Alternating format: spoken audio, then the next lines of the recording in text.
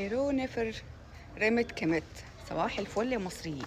انا دلوقتي رايحه اقطف كام ليمونه من على الشجره، فانا قلت اخدكم معايا علشان خاطر نعد مع بعض عدد الليمون باللغه المصريه القديمه، ويلا نعد سوا.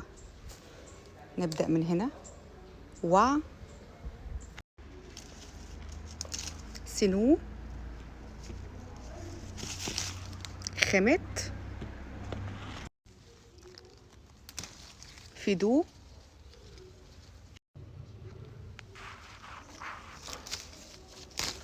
دو. لا، اظهري. سيسو، سفخ، خمن، بسج،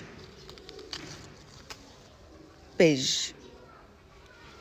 وبكده نكون عدينا الأرقام باللغة المصرية القديمة. أجمل إحساس في الدنيا وانت بتقطف الثمرة من الشجرة كده، إحساس تحفة. بس إيدي اتعورت كتير. طبعا بصوا، أنا هوريكم حاجة. شايفين الشوك؟ طبعا إيدي اتشرخت منه. إيدي خلاص يعني بتستنجد وبتقولي حرام عليكي كفاية. بس أنا بحب أعمل ليمون بالنعناع، أنا أخدت شوية حلوين. تعالي هنا. انت لوحدك ليه يا قلبي؟ تعالي يا قلبي، ليه أسيبك لوحدك؟ في واحدة هنا كبيرة واخدة الجذع ونازلة اهي. في ليمون واقع على الأرض اهو، هجيبه.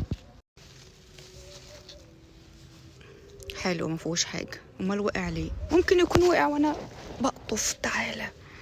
ايوه، خرابي على ريحته وجماله. ريحته تحفة. ادي الليمون اهو.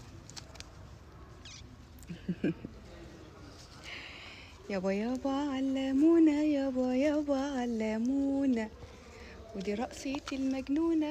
يابا علمونا. واو.